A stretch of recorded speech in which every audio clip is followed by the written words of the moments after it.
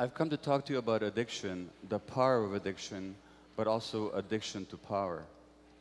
Now, as a medical doctor, I work in Vancouver, Canada, and I've worked with some very, very addicted people. People who use heroin, they inject cocaine, they drink alcohol, crystal meth, and every drug known to man. And these people suffer. If the success of a doctor is to be measured by how long his patients live, then I'm a failure, because my patients die very young, relatively speaking. They die of HIV, they die of hepatitis C, they die of infections of their heart valves, they die of infections of their brains, of their spine, of their hearts, of their bloodstream. They die of suicide, of overdose, of violence, of accidental deaths. And if you look at them, you call to mind the words of the great Egyptian novelist Naguib Mahfouz, who wrote, "Nothing records the effects of a sad life as graphically as the human body," because these people lose everything. They lose their health, they lose their beauty, they lose their teeth, they lose their wealth, they lose human relationship, and in the end, they often lose their lives. And yet nothing shakes them from their addiction. Nothing can force them to give up their addiction. The addictions are powerful, and the question is why? And as one of my patients said to me, "I'm not afraid of dying," he said, "I'm more afraid of living." And the question we have to ask is, why are people afraid of life? And if you want to understand addiction, you can't look at what's wrong with the addiction, you have to look at what's right about it. In other words, what is the person getting from the addiction? What are they getting that otherwise they don't have? And what addicts get are relief from pain. What they get is a sense of peace, a sense of control, a sense of calmness, very, very temporarily. And the question is, why are these qualities missing from their lives? What happened to them? Now, if you look at the drugs like heroin, like morphine, like codeine, if you look at cocaine, if you look at alcohol, these are all painkillers. One way or another, they all soothe pain. And that's what the real question in addiction is, not why the addiction, but why the pain. Now, I just finished reading the biography of Keith Richards, the guitarist for the Rolling Stones. And as you probably know, everybody's still surprised that Richards is still alive today, because he was a heavy-duty heroin addict for a long time. And in his biography, he writes that the addiction was all about looking for oblivion, looking for forgetting. He said, the contortions that we go through just not to be ourselves for a few hours. And I understand that very well myself, because I know that discomfort with myself. I know that discomfort being in my own skin. I know that desire to escape from my own mind. The great British psychiatrist R.D. Lang said that there are three things that people are afraid of. They're afraid of death, of other people, and their own minds. And for a long time in my life, I wanted to distract myself from my own mind because I was afraid to be alone with it. And how would I distract myself? Well, I've never used drugs, but I've distracted myself through work and throwing myself into activity. And I've distracted myself through shopping. In my case, for classical compact music, classical compact discs. But I've been a real addict that way. One week I spent $8,000 on the classical compact discs, not because I wanted to, but because I couldn't help going back to the store. And as a medical doctor, I used to deliver a lot of babies. And once I left a woman in labor in hospital to get a classical piece of music. And I still could have made it back to the store, to the hospital on time. But once you're in the store, you can't leave because there are these evil classical music dealers in the aisles, you know, who, "Hey, buddy, have you listened to the latest Mozart symphony cycle? You haven't? Well," so I missed the delivery of that baby. And I'd come home and I lie to my wife about it, like any addict. I would lie about it. And I would ignore my own children because of my obsession with work and with music. So I know what that escape from the self is like. And my definition of addiction is any behavior that gives you temporary relief, temporary pleasure, but in the long term causes harm, has some negative consequences, and you can't give it up despite those negative consequences. And from that perspective, you can understand that there's many, many addictions. Yes, there's the addiction to drugs, but there's also the addiction to consumerism. There's the addiction to sex, to the internet, to shopping, to food. The Buddhists have this idea of the hungry ghosts. The hungry ghosts are creatures with large empty bellies and small scrawny necks and tiny little mouths, so they can never get enough. They can never fill this emptiness on the inside. And we all hungry ghosts in this society. We all have this emptiness. And so many of us are trying to fill that emptiness from the outside. And the addiction is all about trying to fill that emptiness from the outside. Now, if you want to ask the question of why people are in pain, you can't look at their genetics. You have to look at their lives. And in the case of my patients, my highly addicted patients, it's very clear why they're in pain, because they've been abused all their lives. They began life as abused children. All the women I worked with over a 12-year period, hundreds of them, they had all been sexually abused as children.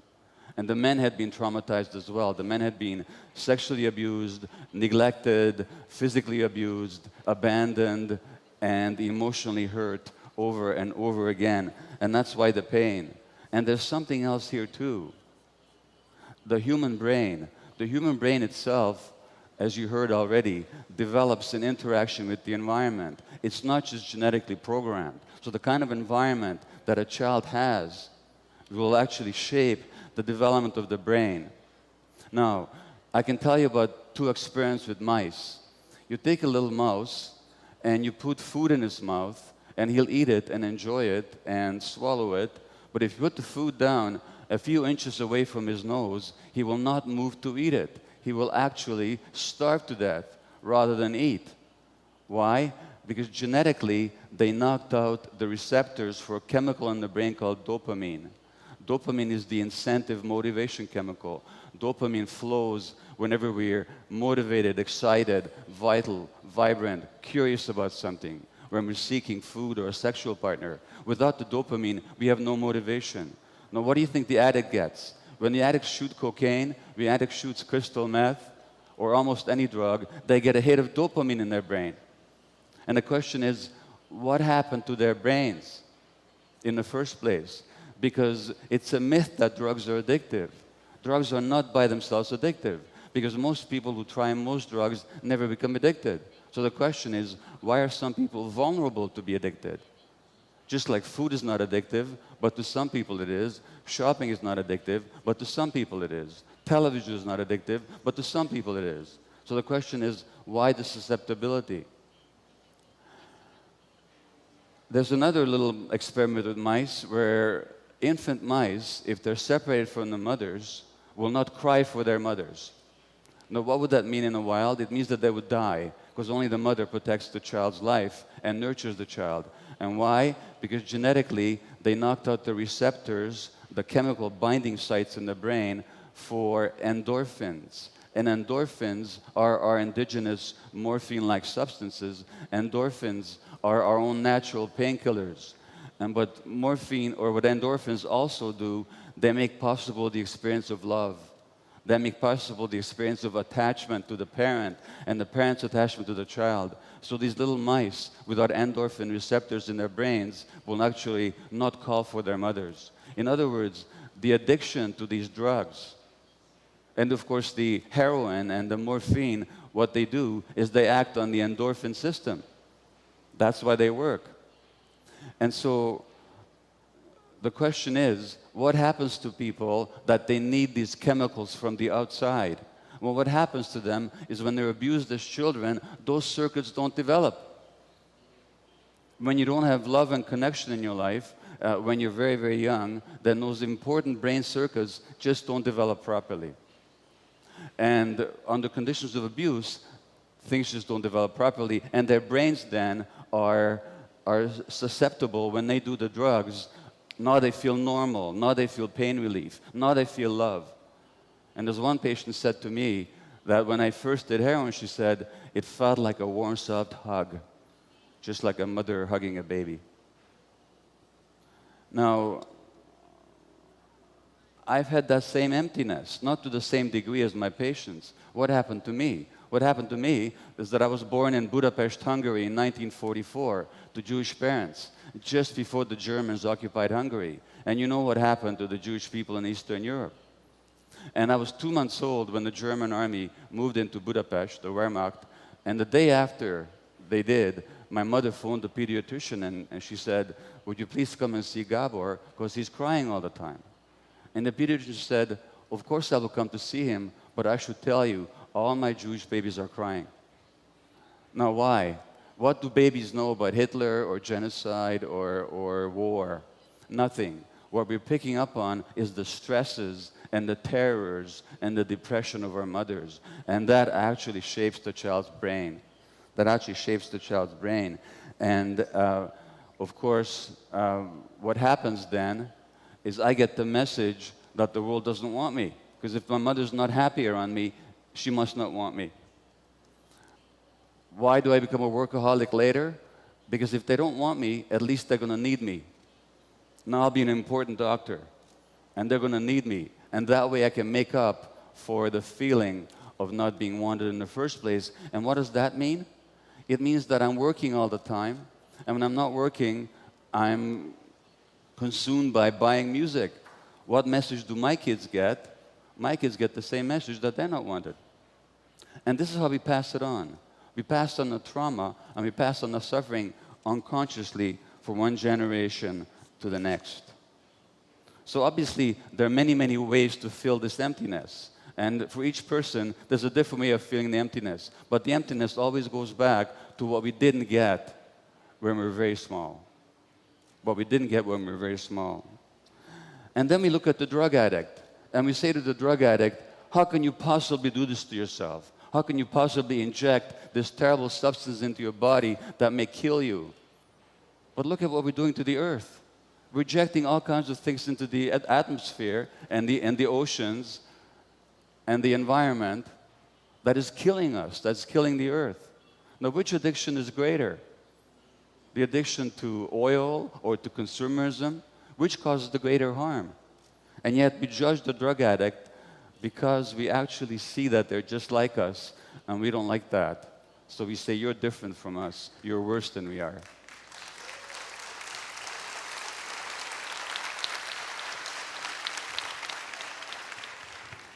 On the plane to Sao Paulo and Rio de Janeiro, I was reading the New York Times on June the 9th, and there was an article about Brazil.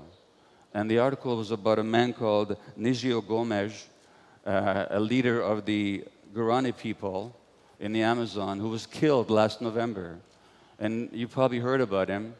And he was killed because he was protecting his people from the big farmers and companies that are taking over the rainforest and destroying the rainforest, and they're destroying the habitat of the native Indian people here in Brazil. And I can tell you that coming from Canada, the same thing has happened over there. And many of my patients were actually First Nations Indian people, native Indian people in Canada. And they are heavily addicted. They make up a small percentage of the population, but they make up a large percentage of the people in jail, the people who are addicted, the people who are mentally ill, the people who commit suicide. Why? Because the lands were taken away from them, and because they were killed and abused for generations, generations, and generations. But the question I ask is, if we can understand the suffering of these native people and how that suffering makes them seek relief from pain in their addictions, what about the people who are perpetrating it? What are they addicted to? Well, they're addicted to power. They're addicted to wealth. They're addicted to acquisition. They want to make themselves bigger. And when I was trying to understand the addiction to power, I looked at some of the most powerful people in history. I looked at Alexander the Great. I looked at Napoleon. I looked at Hitler. I looked at Genghis Khan. I looked at Stalin. It's very interesting when you look at these people. First of all, why did they need power so much? Interestingly enough, physically, they were all very small people, my size, or smaller, actually smaller. They came from outsiders. They were not part of the major population. Stalin was a Georgian, not a Russian. Napoleon was a Corsican, not a Frenchman. Alexander was a Macedonian, not a Greek. And Hitler was an Austrian, not a German. So a real sense of insecurity and inferiority. And they needed power to feel okay in themselves, to make themselves bigger. And in order to get that power, they're quite willing to fight wars and to kill a lot of people, just to maintain that power. I'm not saying that only small people can be power hungry, but it's interesting to look at these examples, because power, the addiction to power, is always about the emptiness that you try and fill from the outside. And Napoleon, even in exile, on the island of St. Helena, after he lost power, he said, "I love power. I love power." He couldn't think of himself without power. He had no sense of himself without being powerful externally. And that's very interesting when you compare it to people like the Buddha or Jesus. Because if you look at the story about Jesus and Buddha, both of them were tempted by the devil. And one of the things that the devil offers them is power, earthly power. And they both say no. Now, why do they say no? They say no because they have the power inside of themselves. They don't need it from the outside. And they both say no because they don't want to control people, they want to teach people. They want to teach people by example and by soft words and by wisdom, not through force. So they refuse power. And it's very interesting what they say about that.